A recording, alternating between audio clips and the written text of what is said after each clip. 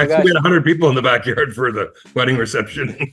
guys, congratulations. Thank Yeah, you. we've been having parties in the backyard all summer, like with large crowds. Hey, what's up? In this video, I'm going to show you a past customer interview, one that I did with customers of mine when I was running my hardscape business. You're going to get to see the kind of questions I asked in order to shed light on what kind of contractor I was, what the experience was like for the homeowner, and what they can say about our quality. This is the kind of interview you want to run in your business, and often as you can with past customers, to be able to convert new leads to customers. When you send out an estimate, include a clip from one of these interviews, and I absolutely guarantee you will see your rate of acceptance go through the roof. Okay, stay tuned, check out this interview, and start implementing these kind of questions in your own customer interviews after a project.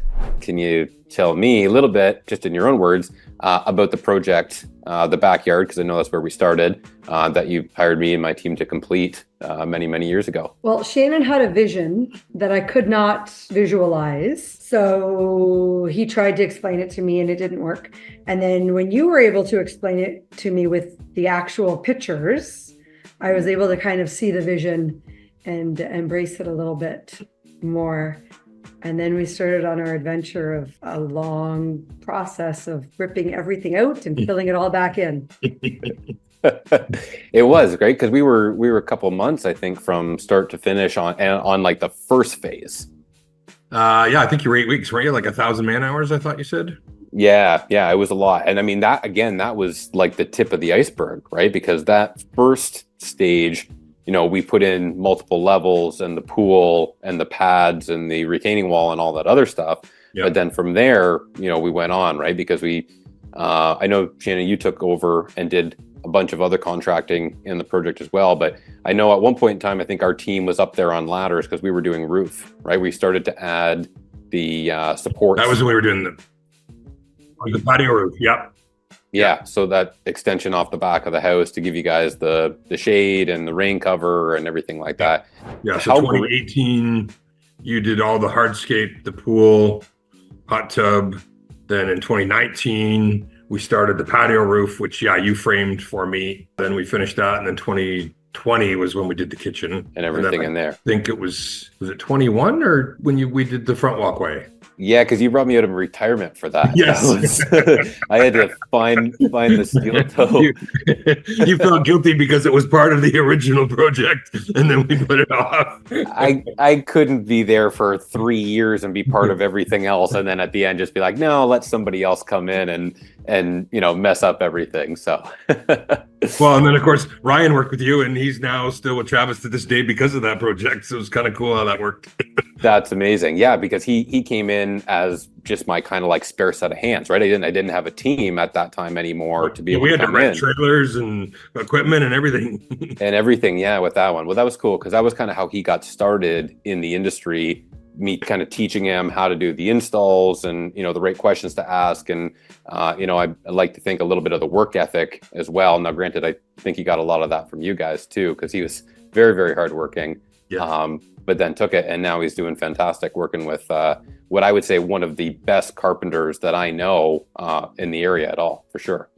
Yeah, everybody speaks very highly of Travis, even like Calden Ouden and lots of other competitors. He's very good, and he's very good at teaching. Ryan really likes learning from him, and that's awesome. Yeah, funny how projects like that start with, you and I having a beer at Sales and Ad to all of a sudden we're sitting at the dining room table with the renderings, and that's where we got Marita's interest because she's not quite the visual learner that I am.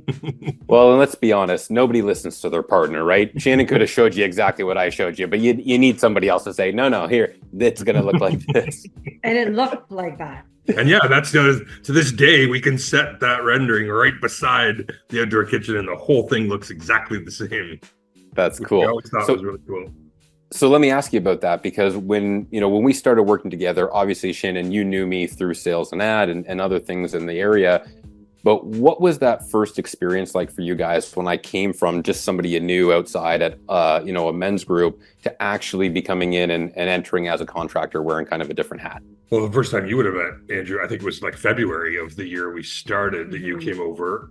and we kind of did the initial, here's the idea. And I think it was reassuring in ways because you were confident in what you were presenting. Like you knew what you were talking about. You weren't just trying to say, well, we could do this. It might turn out like this. You were like, no, this is what it will look like. And there was that confidence that then allowed us to be confident. That's great. I appreciate that.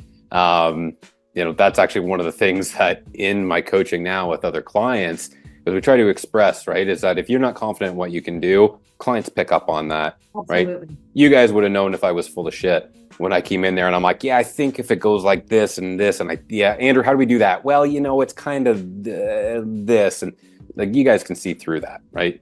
Yeah, and you were honest right from the front that, you had done pieces of all of our project, not necessarily all at once, but because you had done them, and obviously I knew you from other sources through town and other jobs that you had done. So that led into the confidence as well, the way that I was able to convey and communicate while we met, but also knowing that I had done other projects through other contacts that you guys knew. So you had references. Did I provide you guys references, or was that you just been able to get a hold of other people that you knew, kind of word of mouth? Just knew enough common people. I didn't think it formally, I don't think. No, there was just enough other people that were able to refer me to you guys in a way that I'm pretty sure on your original quoting and stuff, it was available. Like it said that they were available, but again, because we knew you personally, we didn't need them. And you did what you said you were going to do, right? I mean, after that first initial meeting in February, whatever the time frame was to come back and say, here's what I'm going to show you, what I'm going to do, and you did that. So I mean, when people do what they say they're going to do, that's goes a long way with me because that's how I run my business. I love that. Oh, I'm glad I was able to do that for you guys. I mean, ultimately, at the end of the day, if you're not delivering what you say you're going to deliver, people are going to start to have that thing in the back of their head that goes, wait a second, I'm not sure if he's the right guy. I'm not sure if she's the right person. I'm not sure if they are the right decision to invest hundreds of thousands of dollars, because that's what you guys did, right? I mean, we talked about it earlier this summer. It's about 250,000 ish. Yeah, I would say that's fair. And one of the best things you did in this entire process, and it was more towards the end, is there was a couple little glitches that we ran up against, but you never came to us and said, oh, we have a problem. You came to us and said, we've hit this snag, but this is what we can do about it. So when you presented us with the deviation from the plan or a problem, you already had a solution. So we didn't have to worry about anything. And there was a couple, there was some angles that were off in a few spots, but you're like, oh, this is what we can do instead. So we never had to take on that worry. You took it all on. We never saw that. That's, at the end of the day, that's the professionalism that I brought to you guys. And the fact that I had the trust from you too, as well, where I didn't feel like I had to go and get your, hey guys, listen, this is the problem. Let's figure it out together. I had trust in that you guys had your confidence in me. So when I brought you something, I didn't want to bring you the, hey, let's talk about this and figure it out, because you guys don't have experience in hardscape projects, right? That's why I hired no solutions. Yeah. So that's why, as the contractor, to bring you guys the solution, talk about the cost. And I mean, I know with the project, we went over budget on a couple things, but it was one of those things that I was always keeping an eye on. And although we had changes, I tried to bring it back in, right? We made changes in other places, adjustments. We tracked it so that it didn't go, absolutely. Well, things happen. I mean, even I think the original quota, I remember you adding 10% just because shit happens when you're doing contract work, right? Well, how many subcontractors? Like when the city made us do the culvert and stuff at the back, I mean, an extra couple $1,000, but there's nothing we could do about it. It wasn't your fault. Right. It wasn't our fault. No, and I wasn't that came in partway through. That wasn't even at the beginning that we knew about that. Not to mention, again, the number of subs we had in here, right? Because we had, the guys in for the pool, we had the guys in for plumbing, we had electrical, right? We had gas, we had all this stuff that had to tie into the outdoor kitchen and the pool area and everything like that. So you got a lot of people and moving parts kind of coming together on this one at the end of the day. And then my job as not only the individual there helping do the work, but physically managing that so you guys didn't have the headaches of scheduling or anything else like that.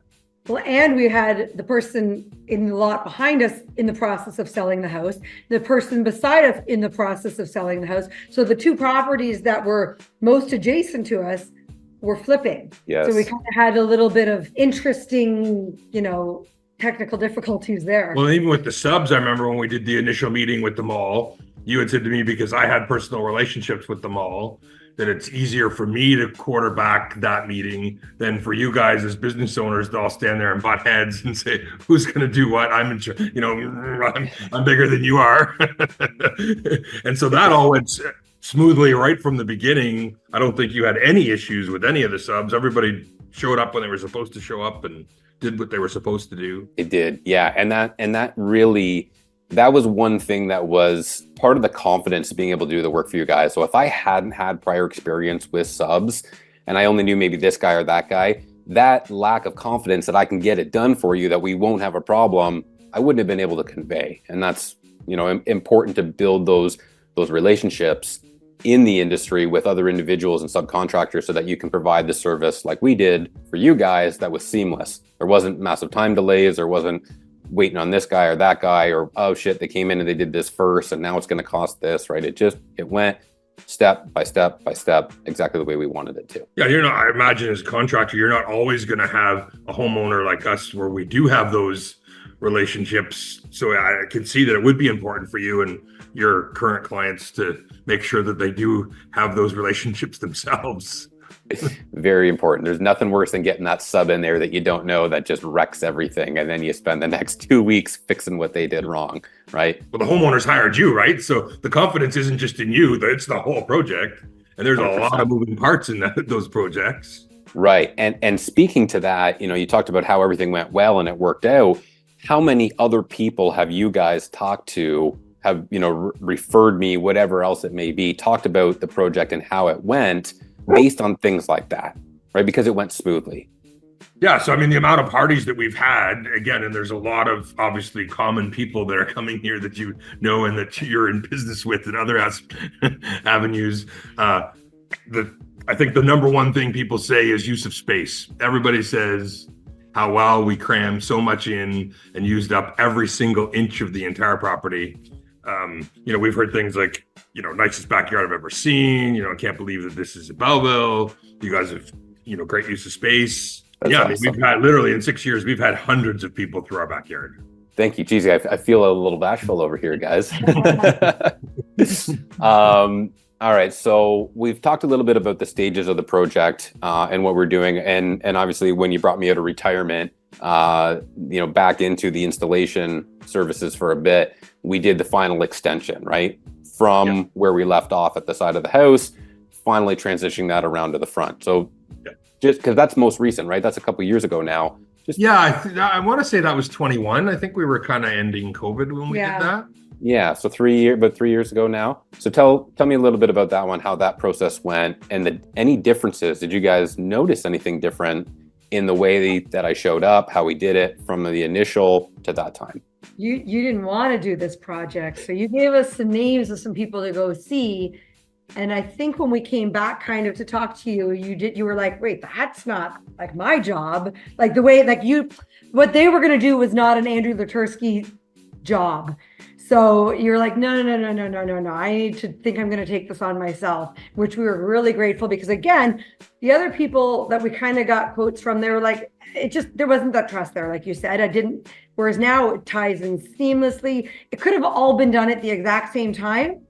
You can't tell that it's different pieces and it ties right in. And I could not visualize this at all. I was hesitant. Why are we putting this thing across the front of the house?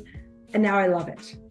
I can't imagine it any other way. Well, I imagine most the ones that were quoted on its own, it's a very small project. So I'm sure they were cranking their rates because it's a pain in the ass to come for 3 days and all that, of course, and everything, right? Whereas for you, it was an extension of the original plan and it was a much bigger plan. This just happened to be the last piece. Well, and the other thing too, and this is something that I talk with my clients about, is that you have to really keep an eye on your overhead because some businesses out there have massive overhead and they have to put that through to a customer. I mean, it's how you run business, right? If you don't recoup what it costs to run your business, you're in the negatives. But at that time, I was super lean. Like I didn't have a huge staff. I didn't have a bunch of people working in the office. I didn't have anybody that was running machines back and forth. I didn't have, the accounting. I didn't have all the other things that are normally required. And this is a big thing that I push is that although it makes sense to bring people into your organization at different times, some guys try and do it too quick. They do it too quick. their overhead goes way up, and then they price themselves out and ultimately lose projects to very highly qualified individuals who have kept things a little bit leaner. I'd say at the end of the day, we were able to do it for you less than the other quotes that you got because of the fact that, again, I had things really lean at that time, right? We had Ryan helping out for the labor in it, right? We kept the rentals to as minimum of time as we had to have them there. They weren't sitting for weeks at a time. And we just got at it, right? Like it was like bang, bang, bang, let's get it done so that we can keep this, in budget for this extension that you guys always wanted to add right from the beginning. Yeah, I mean, we lived without that piece of the walkway on the side for, so if that was 21, we did the hardscape in 18, 19, 20. So yeah, there was about a year or so where we were starting to do smaller gatherings and stuff. And of course, you've got people coming, not dressed up, but summery, women in capris and somewhat sandals and heels and stuff. And that was a very low spot in the grass. That side of the house was very dark. We had one couple of friends of hers where she can't see at night. So he's walking her around the side of the house. I mean, to me, visually seeing that, no, here's this hardscaped walkway right from when you park your car in the driveway on the road. It's easy to walk around the side of the house. You've got lights in there. It's lit up automatically at night. And I think I just did one of my poker nights for the neighborhood on Saturday night, and one of the guys had commented about what a great job and how great it looks, and the lights were, because again, I think we were right there till 2 or 3 in the morning.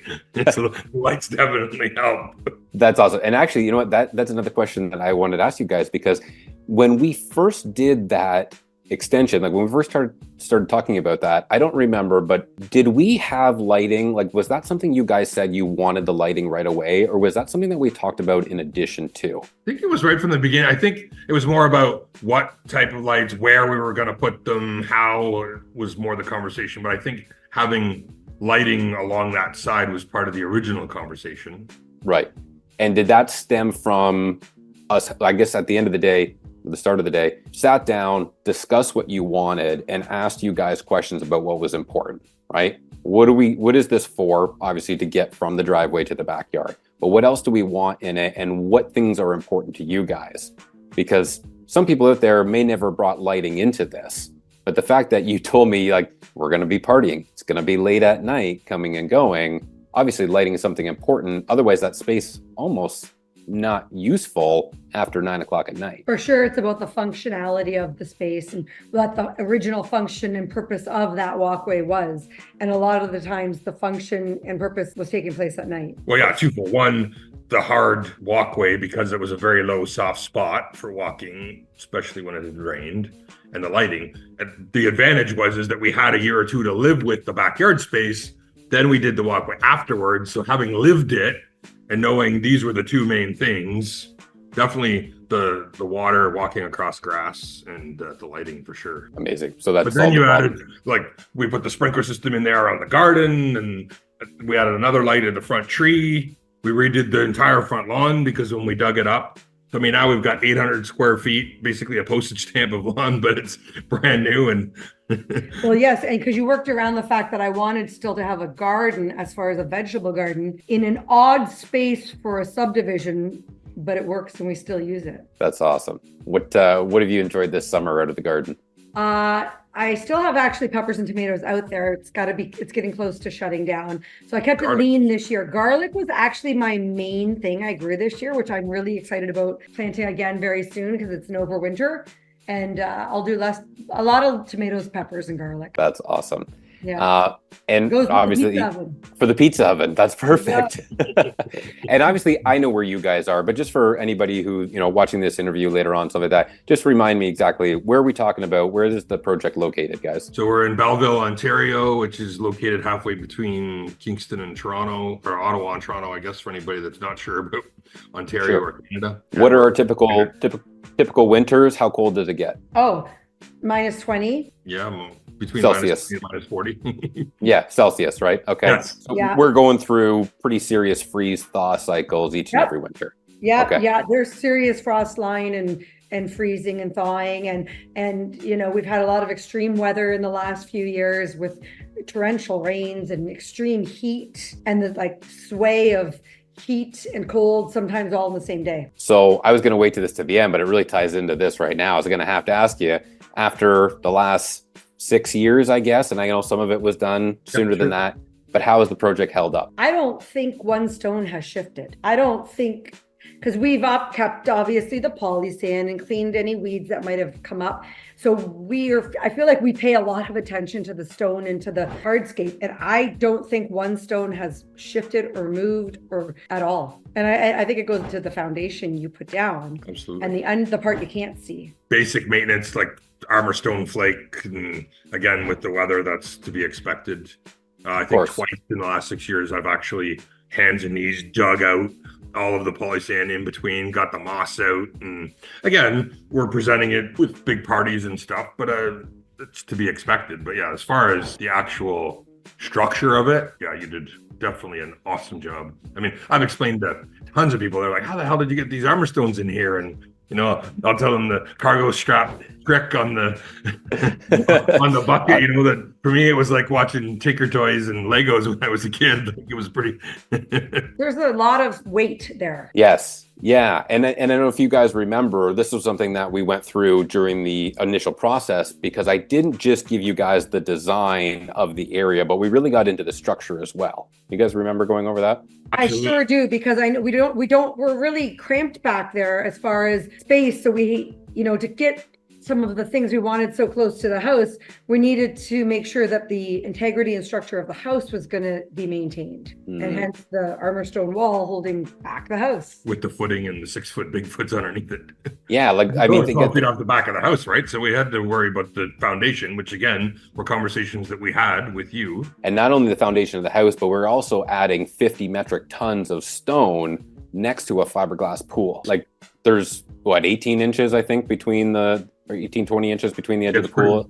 Pretty close, right? So that was really key for me, because with how crammed that backyard was, it wasn't as simple as just putting a wall and have the proper load distribution for you guys, right? So that was that footing we put in with the big sonotubes and the Bigfoot. Like, I think we're down 6 feet below grade with, I think I brought in 15 tons of concrete in along there, 15 yards of concrete. And then on top of it, then we added the 50-ton wall. Like it's... And I think you took 16 dump truck loads out before you put back in.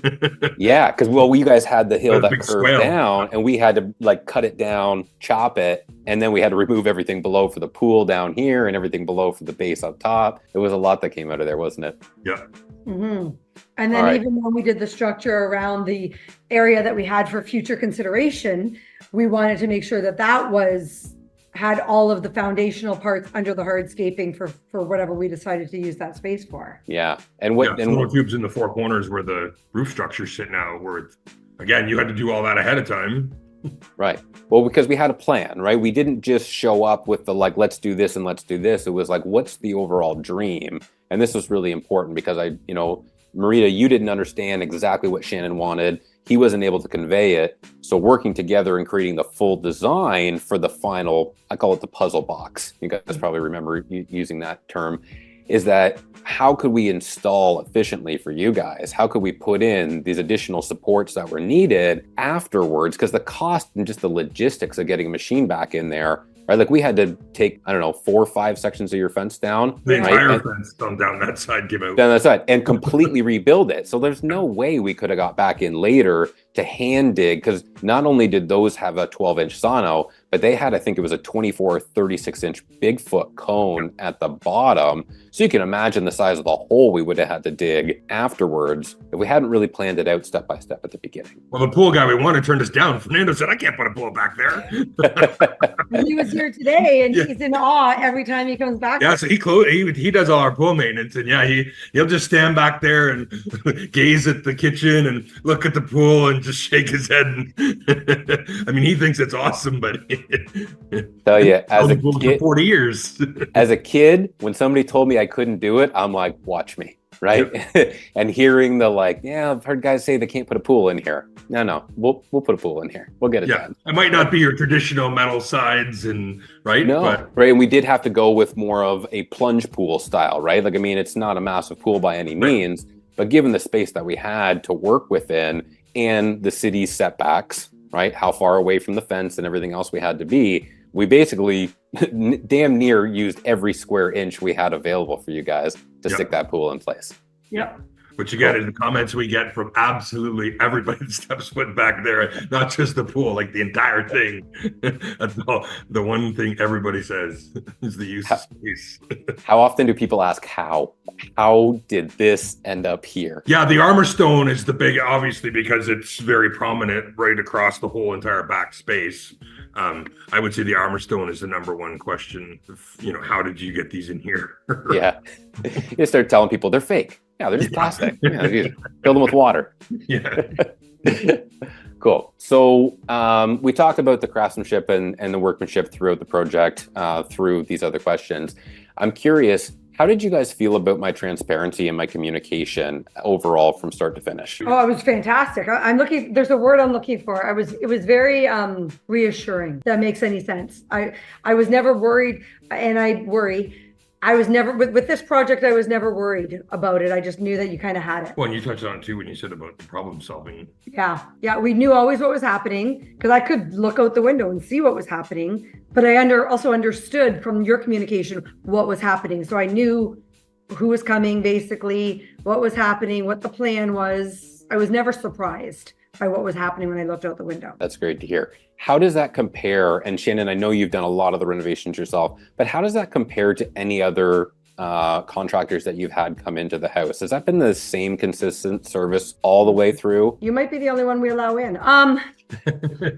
Well, yeah, I think because I've got really good personal and professional relationships with people around here for the last 29 years. Nobody's coming in here that I don't know, Of course. or that I haven't worked with before, or that I haven't been referred to by somebody else that has, the reputation, again, that I knew you had even before meeting you at different business stuff.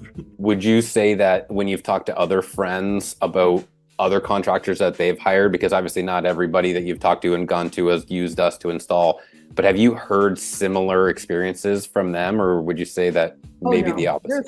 There's some serious horror stories. Yeah, again, I feel like I can do this because I know, again, that we are way up here with the people. And I mean, I take a little bit of credit myself for that because I've developed relationships over a long period of time in this community. Yeah, we're very lucky, but I know that I'm an anomaly, that most people, when they talk about contractors of any sort, and certainly with, Ryan being in the business and the horror stories we hear that they're running into, and, guys like Tim McKinney that they work for, that, the horror stories that they deal with tenants and stuff. Getting people to show up on time and do what they say they're going to do, and, jobs not being done properly and timelines not being met.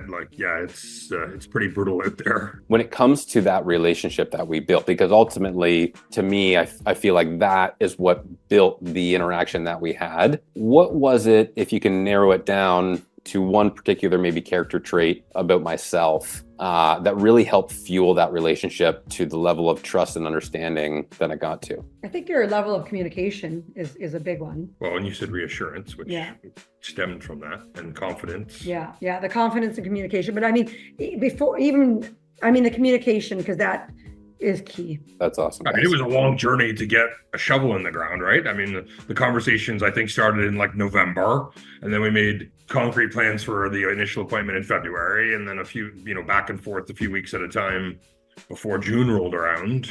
I think it was even July before we even got started.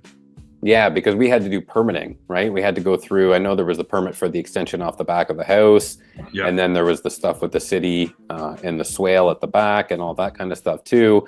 And I mean, I think at that point in time when we first met, well, actually, that's a good question. From when we first met, we started talking about when you guys wanted to complete the project. Did I ever give you an expectation on when I was booking the season? Was there anything that way? I think you had a few other jobs that you were kind of working on April, May-ish, but again, the ball was rolling to get started in the summer of 2018. And I'm sure you knew that it was going to be the 6 to 8 week mark. So I think it was kind of the beginning of July, because I'm sure we were in the pool by September. Yeah, I mean, it took a long time, but you're also not responsible for everybody else's schedule too. So at no point did I feel that we were behind schedule, ahead of schedule. I don't know that I ever really knew a schedule. I just knew that it was that year. Yeah, so starting in November of 19, I guess, knowing that we were going to be working on it, physically shovel in the ground in the summer of 2020. Right. So from the beginning of sitting down with me to getting it done, we were just under a year, 10 months approximately, right? Yeah. Which is well within the expectation of what we. Yeah, well, we knew nothing was happening in November and February when we met. So I mean, that is not that, but we also understood and knew when we started the initial meetings in November that we had to start planning it out if we wanted it that next summer, because it would be unrealistic to say in March or April or May, I want it for this summer. We understood that. Was that something that you guys knew ahead of time, or was that something that I communicated? I don't know. I think a bit of both. Again, I've got some construction experience. I know that things just don't happen overnight, that you have to, and again, I think our initial conversation at a sales and ad meeting over a glass of wine or a beer in November, you would have said to me, yeah, here's kind of the timeline. Yeah. Like, we start the initial conversation now, we'll get to the drawing stage in February, March to hit the ground running in the summer. So yeah, I think it was a bit of both. That's wonderful. And actually, I wanted to ask you guys this earlier, because you've said over the last few years, you've now twice dug out all the polysand and everything else. Once we completed the project, or during it, at any point in time, did I just say, hey, this is done and you're good, never worry about it again? Or did I give you a little bit of No, you said water the shrubs, water the grass. There's certain upkeep. It's not once and well, anything in your house shouldn't be once and done. You have to do certain maintenance if you want it to maintain the look. Yeah, I was by no means shocked that I had to. There was never an Clean it illusion of or promise of no maintenance needed. I think that's one thing that's missed a lot in the industry. People do not communicate, contractors do not communicate enough with homeowners that this work, especially where we've got freeze thaw, we've got stuff moving, right? It's not one and done. It's going to take upkeep. And I'm glad that you guys felt comfortable and confident that I was able to convey that enough for you guys when we worked together, that you weren't going to be left with this crazy astronomical project that you were going to have to try and figure out how to do by yourselves, right? Like, yeah, Shannon, the screwdriver and the polysand, not fun. I got a long handle now. This year, I actually found one with a pole. It's actually specifically for bricks and polysand. But I also really feel like if we had a problem, if a brick shifted or if I needed anything, I really feel like I could call you, even though you're not in the business, I could call you and you would either advise or recommend or guide us in what to do if anything should ever happen to any of the bricks. We did. We had a water leak that you came and dug out the rocks and stuff. The plumber came and fixed the leak, and then you put them back. Yeah, that was right off the bat. That was at the beginning, which was not a hardscaping It's been issue. retired by then too. I don't remember. Yeah, there was almost a plumbing issue, not a hardscaping issue, but you came and took care of that. But the bricks and Yeah. dirt and everything had to be removed first. Yeah. The plumber could get at where he needed to get at. Yeah. And then Andrew came and put it all back. That's So right. even to this day, you can't even tell that it was done. No. That's perfect. Customer service, guys. I mean, that is ultimately what I built the business on. That's why I think you guys, we had such a great experience together. I mean, God bless both of you, but it was a pleasure to work with you. You guys did not make it tough, between everything you gave us during the day and the water, and then the big chunk of steak and everything you did at the end for us. And we were well fed and well taken care of. So it was really a pleasure getting to work with you guys and be part of the transformation that has really taken place over the last 5-6 years. Yeah, it was a good experience for us as well. Absolutely. Wonderful. Yeah, exactly what we wanted. And like I say, we've been enjoying it with hundreds of others since. Perfect. All right. I got one last question for you. Based on everything you guys know about me and my work ethic, because you saw me in the backyard at times, obviously not all the time, because my team took care of a lot of it, but how likely would you say I am to complete something when I say I'm going to do it? Oh, 100%. Yeah, absolutely. Did you guys ever see me put in less than 100% when we were on the project? Nope. Nope. And actually, one last one to have that. How do you guys feel overall the team felt being part of the project and how they were managed and everything like that? What kind of vibe did you get from the crew when they were on site? I feel like they enjoyed the project, even though I had the sense that it was one of their biggest projects. But I felt like they were confident in what they were doing. They didn't feel, I don't think they felt overwhelmed. I don't think they felt left to their own devices. I feel like they projected that they felt supported. That's yeah, great. every time we either stood out there and had a beer with them afterwards, or saw them working on their own, or if you were off doing whatever you needed to do, I don't think anybody was. I didn't hear one person say, And they never promised anything. They never overstepped their role or spoke out. It was always either conveying your message. They never made an opinion or stated something of their own that wasn't already cleared by you. Does that make sense? Yeah, totally. Yeah. Oh, that's great. I'm glad to hear that. There was never any miscommunication, because it was always through you, most of the communication. But if they had something to tell us on your behalf, it was because it was your message being delivered, not theirs. So overall, start to finish, I mean, obviously there was some times where things didn't go exactly as planned, or something took longer here. And obviously you were in construction for many, many years throughout all of it. But overall, what is your final experience and your takeaways? Oh, I would do it again. Yeah, we think we've enjoyed the space so much that I would do it again. You know, it was stressful in the moment because it's such a big project, but now I wouldn't have changed anything. I love the way it turned out. I like the process. It was a good experience. Well, we're getting exactly out of it what we wanted, which was, we are entertainers and foodies, and you know, that was the intent. That's why we did it, and that's certainly what we're using it for. That's awesome. Well, guys, thank you so much for answering all the questions I had for you. Didn't mean to set you up this way. Well, I mean, I did. Great yeah, great to hear from you guys. I really appreciate it, guys. Thank you so very much for taking your time out of your schedule, and look forward to catching up with you guys when we're back. Yeah, sounds good. Sounds good. Take care. All right, see you guys. Bye. See you. All right, there you have it.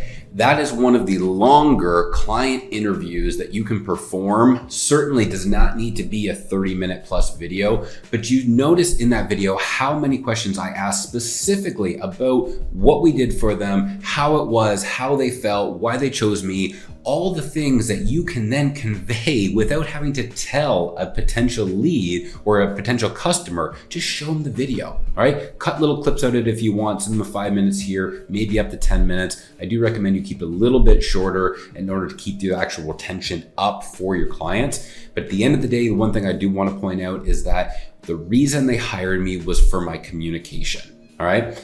And on top of it, they talked about how the team always felt supported. That's leadership. When I grew my company, as we scaled, I improved my communication and my leadership because I needed to be able to communicate to clients how we could serve them, and I needed to be able to lead the team to get the work done. If you are struggling to grow your hardscape business, or it's just not going the way you thought it was going to go, then chances are there's some improvement that needs to be made in you yourself. If you're interested in how you can improve your leadership and your communication, I have a 1-year mentorship program. First off, if you're not willing to dedicate a year to yourself, don't worry about it. But if you are, and you're serious about improving who you are as an individual, growing your business, then go ahead and click the link below and book an intro call with me. I'd love to hear about your business, why it's important for you to scale right now and improve yourself, and we'll see whether or not the mentoring could be right for you.